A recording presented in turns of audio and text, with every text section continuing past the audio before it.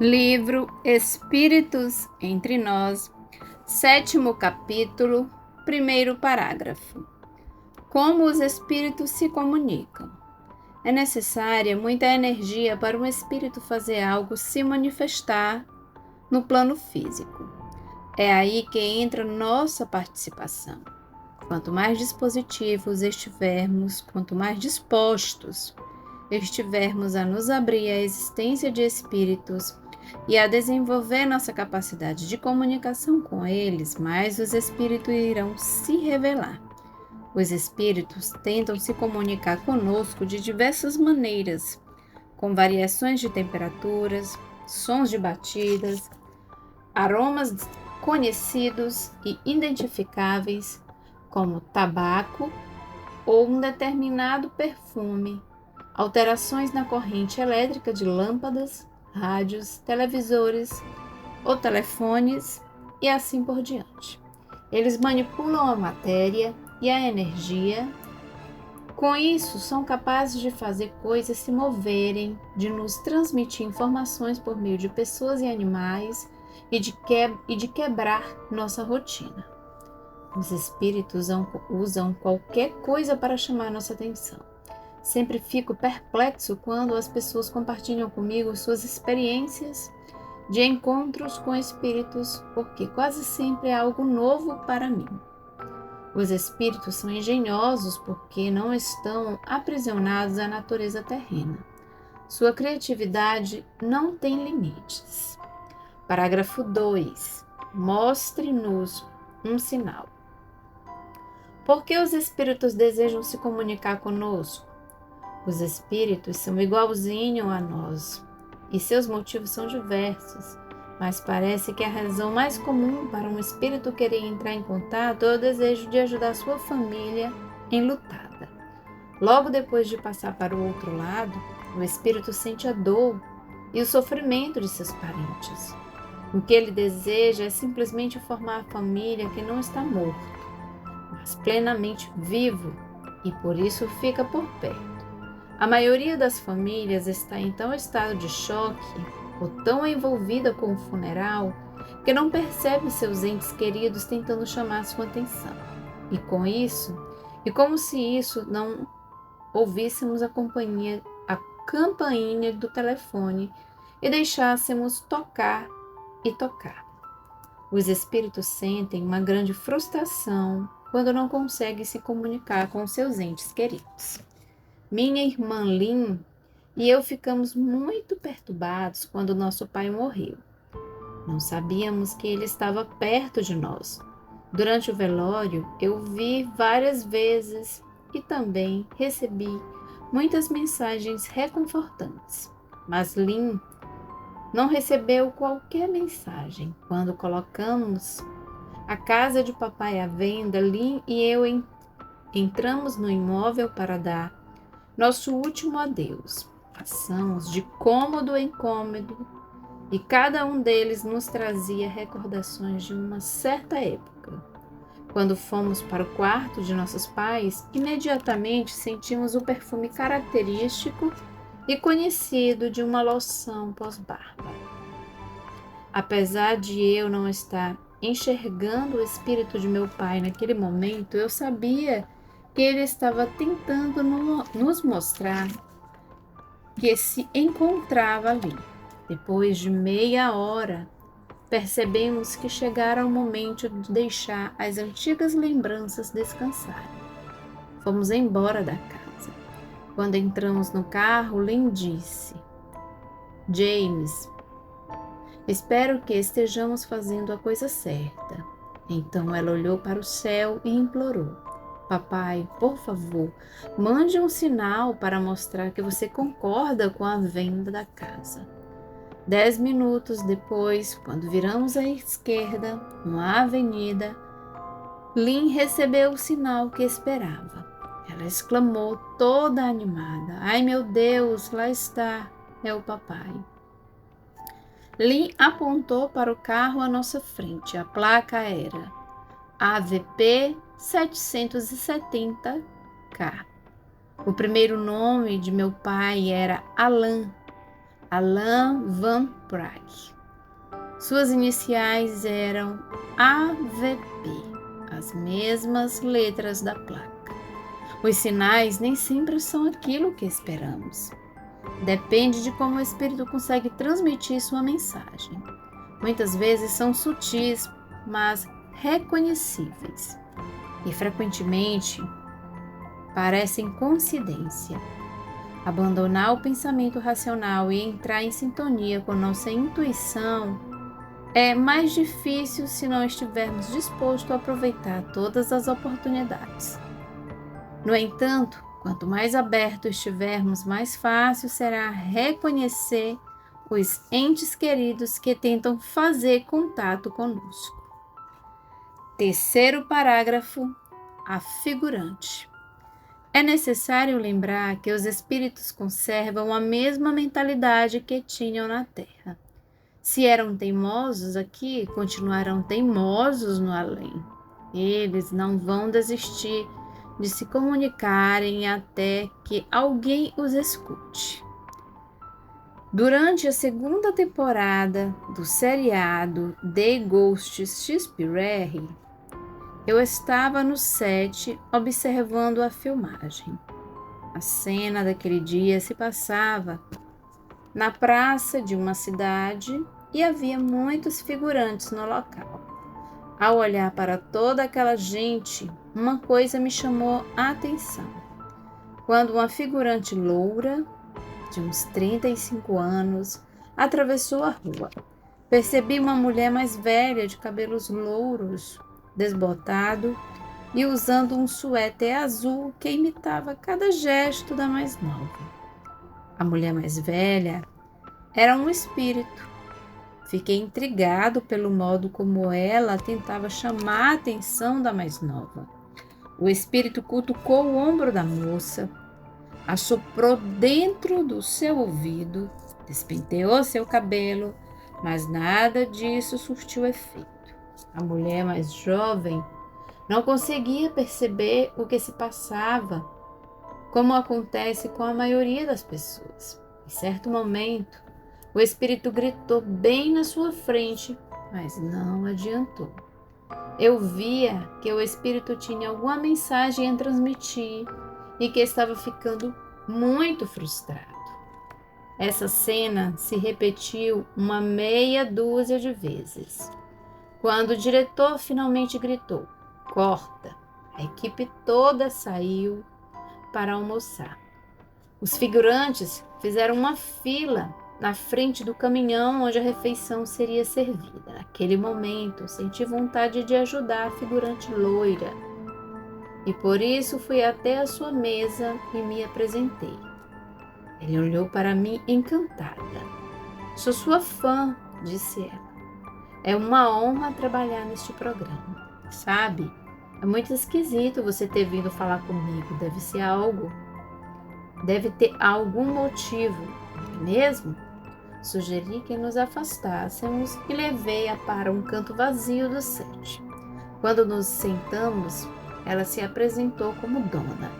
O espírito que havia aparecido antes surgiu bem na minha frente e fez alguns gestos com a mão. "Diga que a culpa não é dela." Relatei o que tinha testemunhado ao longo da última hora e Dona começou a chorar.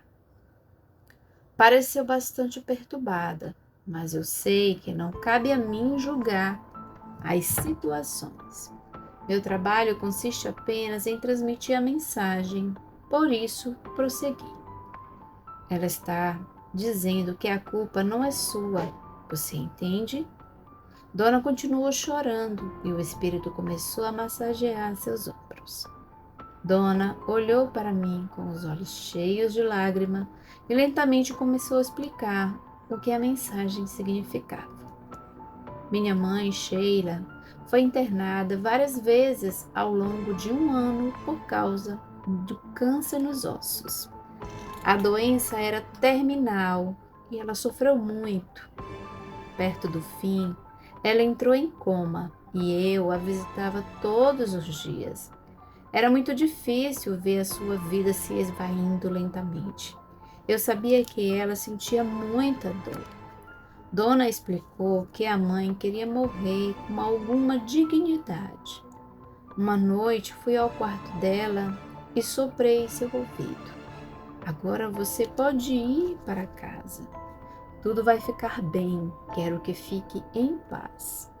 Dona disse aos médicos que podiam tirar a mãe do aparelho de respiração e 2 horas depois, Sheila morreu.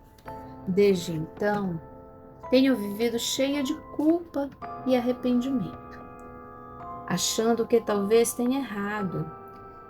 Quem sou eu para mandar desligar os aparelhos? Meu irmão Jack me acusa de ter assassinado minha mãe.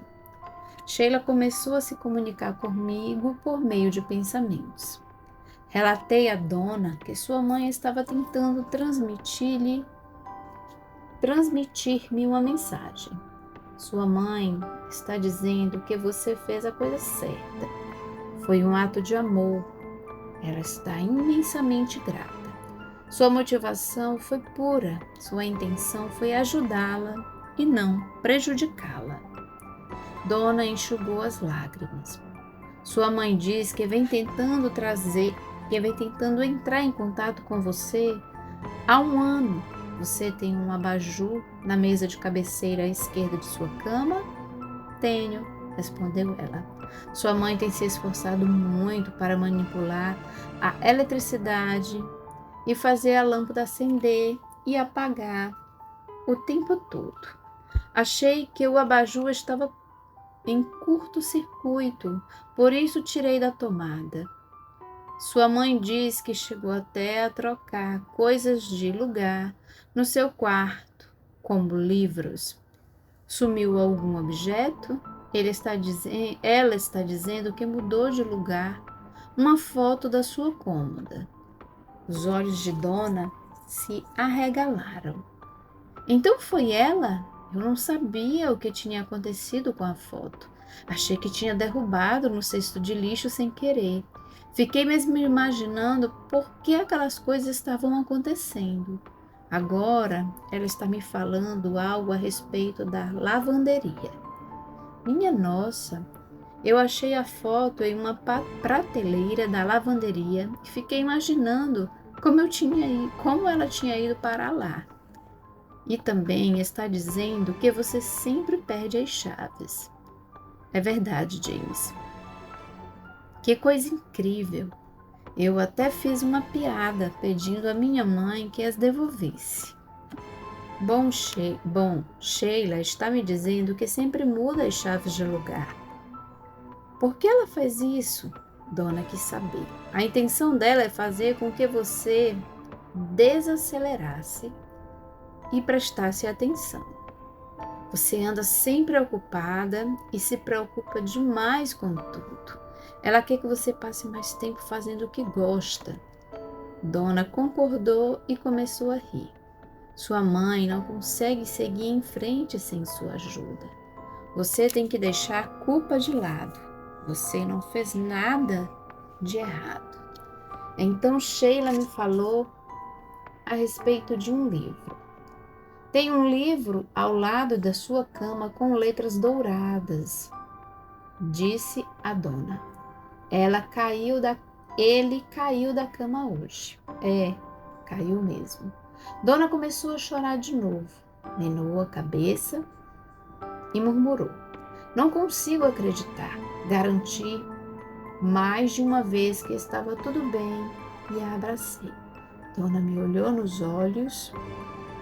James, o nome do livro ao qual ela está se referindo é Letting Go, Desapegando-se. Minha mãe estava lendo esse livro no hospital. Pensando bem, o livro caiu da mesa pelo menos 2 vezes no momento em que eu estava passando por dificuldades.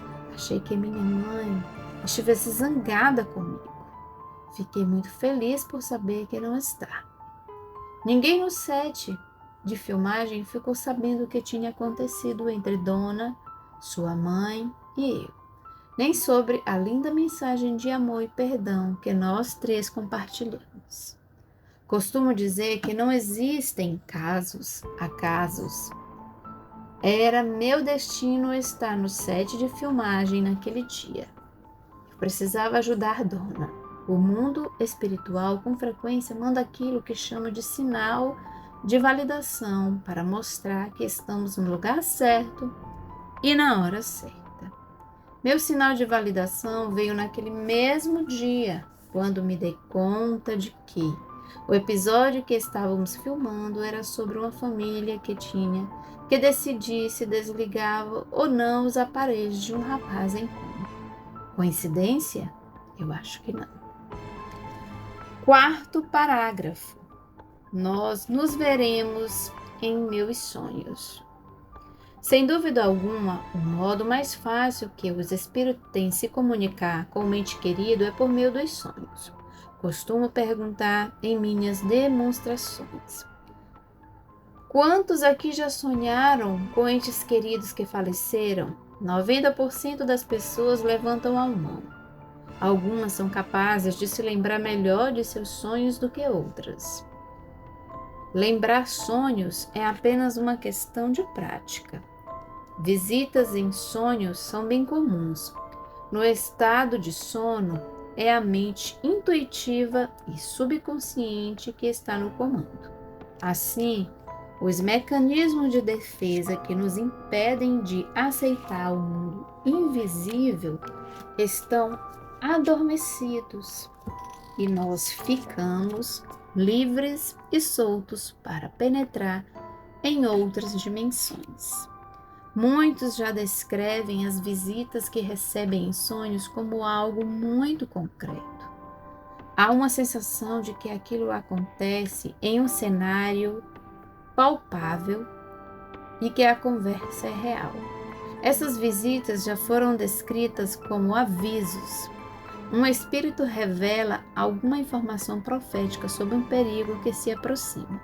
Muitas vezes os sonhos são simbólicos e temos que examinar seu significado com atenção para ter certeza do que eles querem dizer. Minha tia Anne Macilane era a segunda mais velha de 8 filhos em uma família muito unida. Aos poucos, os irmãos e as irmãs de tia Anne foram falecendo. Ela foi a última irmã que sobrou. Infelizmente, em seus últimos anos de vida, tia Anne sofreu muito com problemas de artrite e tinha dificuldade para se movimentar. Apesar disso, dizia: James, se Deus me deu essa cruz para carregar, terei que lidar com isso. Tem muita gente que sofre coisas bem piores. Nunca conversei em detalhes com tia Anne sobre o tipo de trabalho que faço, porque ela era uma católica muito devota e o contato com os mortos não se encaixava em sua crença. Eu a respeitava e não queria perturbar sua fé. Se trouxéssemos o assunto à tona depois que Fred, com quem ela fora casada durante 52 anos, faleceu. Só trouxemos o assunto à tona depois que Fred, com quem ela foi casada durante 52 anos, faleceu. Na ocasião, senti que ela desejava muito saber o que acontece quando vamos para o céu. Quando tia Anne fez 90 anos, conversamos um pouco por telefone e foi a última vez em que nos falamos. Ela me contou um sonho que tivera na noite anterior.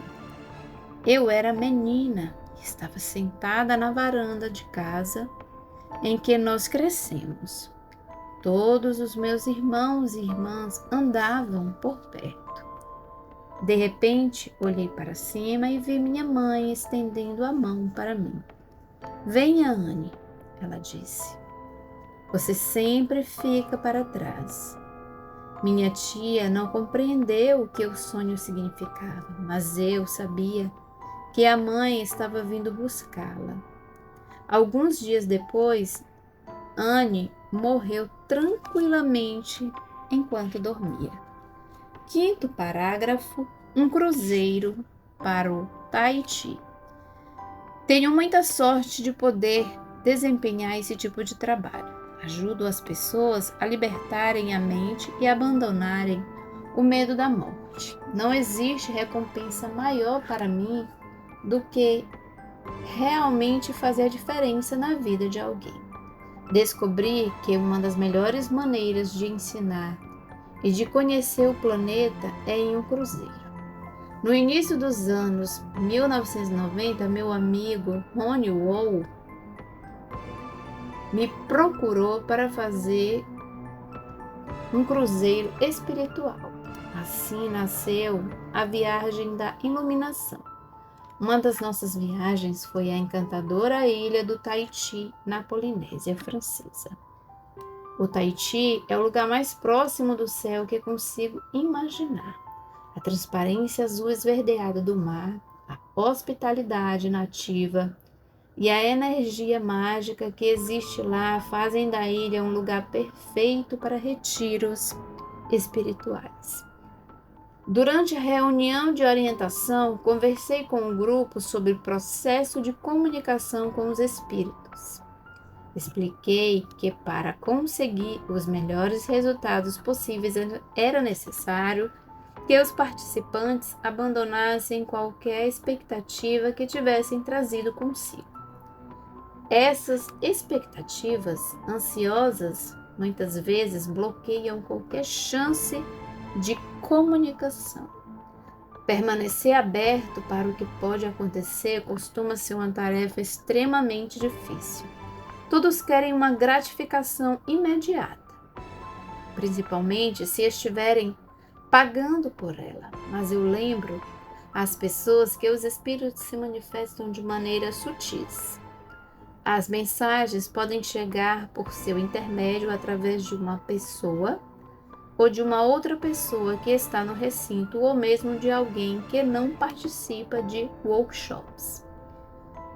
Esse foi o caso de Joyce Randall.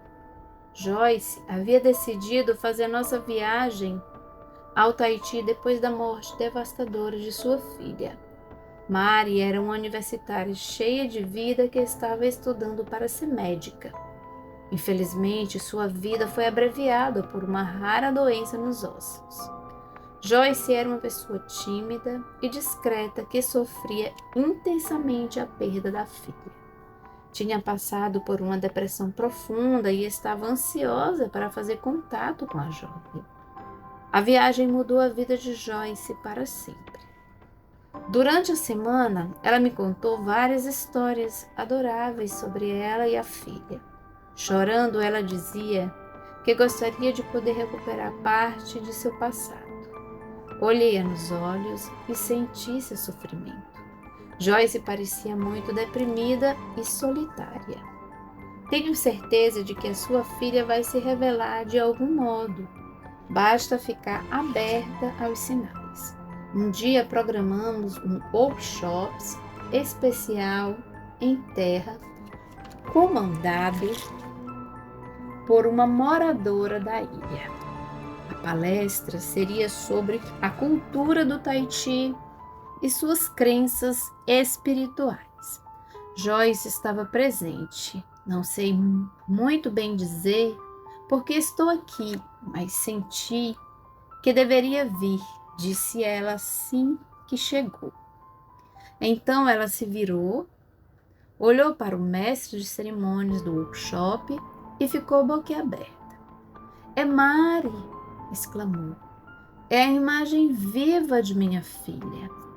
Quando ficou sabendo que o nome da mestre de cerimônia era Mari e que seu aniversário era apenas 2 dias depois da sua filha, Joyce ficou eufórica. No momento em que viu Joyce, Maria também sentiu que havia uma conexão imediata entre as duas. Devo acrescentar que a mãe de Mari havia falecido recentemente.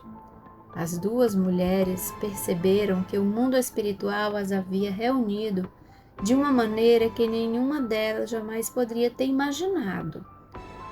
Joyce e Maria continuaram a se comunicar por meio de telefonemas, e-mails e cartas.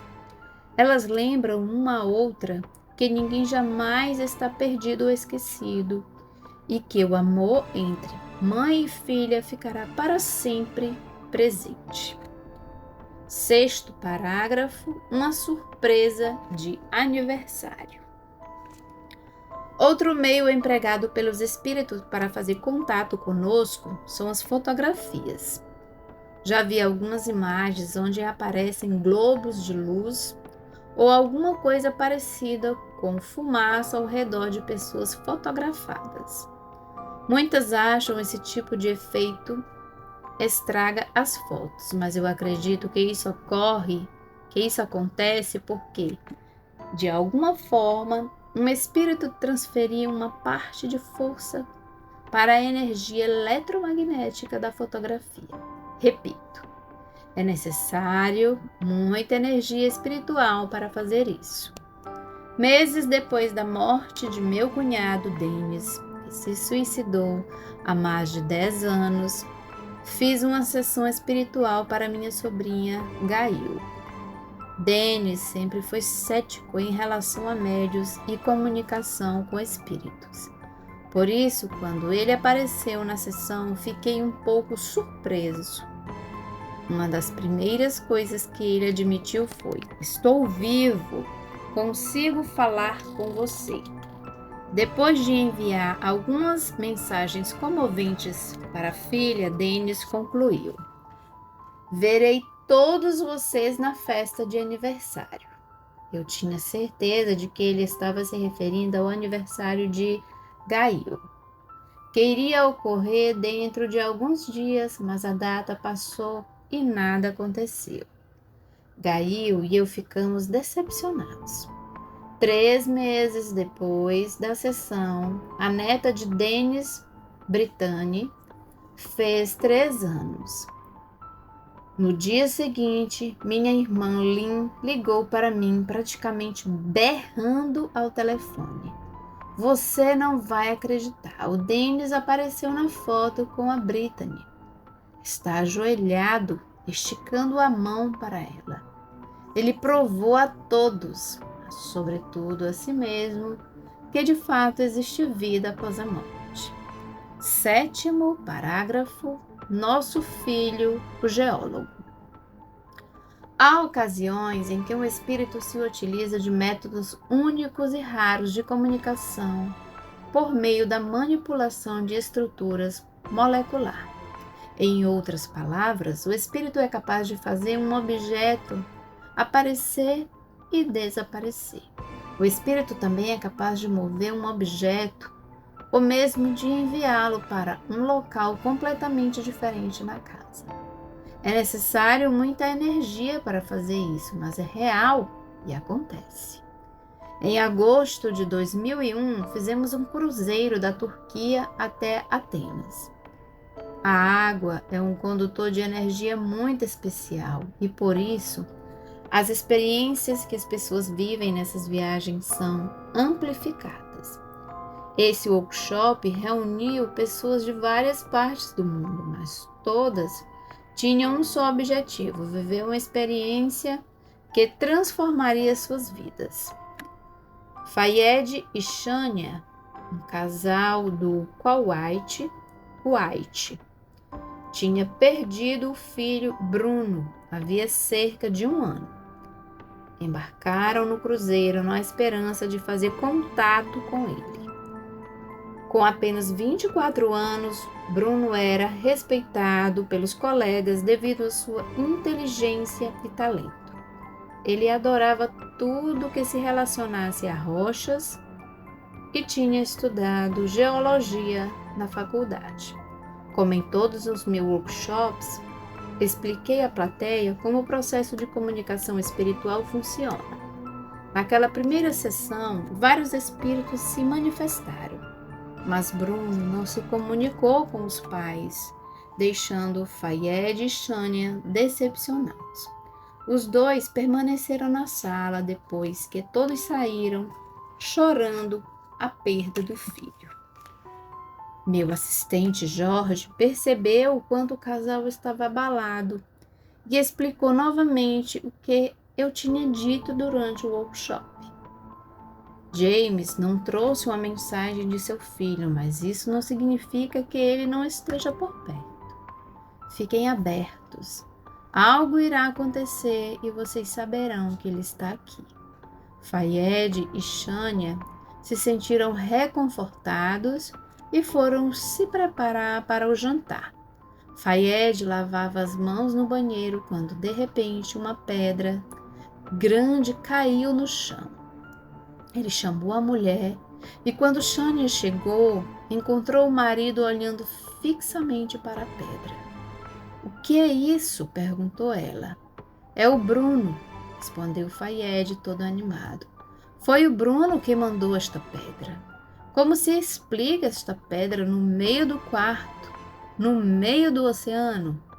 Quando Fayed e Shania chegaram para jantar, vi que algo tinha acontecido, pois parecia que a aura deles tinha se acendido em tons de dourado e de azul. Quando relataram a história da pedra que surgira do nada, fiquei perplexo. Até hoje acho que esse foi um dos mais fortes do poder da comunicação espiritual que já testemunhei. Espíritos têm sobre nós um impacto muito maior do que imaginamos. Como não podemos aplicar leis físicas de tempo e espaço ao mundo dos espíritos, frequentemente chamamos de coincidência aquilo que é, na verdade, uma influência da esfera espiritual. Precisamos pesquisar mais as coincidências que acontecem conosco, pois não existe acidente nem sorte. Da próxima vez que uma coincidência ocorrer em sua vida, examine-a um pouco mais a fundo para descobrir seu verdadeiro significado. Sempre há algo por trás de um encontro fortúneo ou de um golpe de sorte. Normalmente um espírito ou até dois tentando enviar uma mensagem. É necessário lembrar sempre que qualquer espírito que esteja na luz não vai se comunicar de modo ameaçador. No entanto, um espírito preso à terra pode estar se sentindo esgotado ou confuso, e por isso sua comunicação causa perturbações. São os espíritos presos à terra que assombram os vivos e que podem causar danos.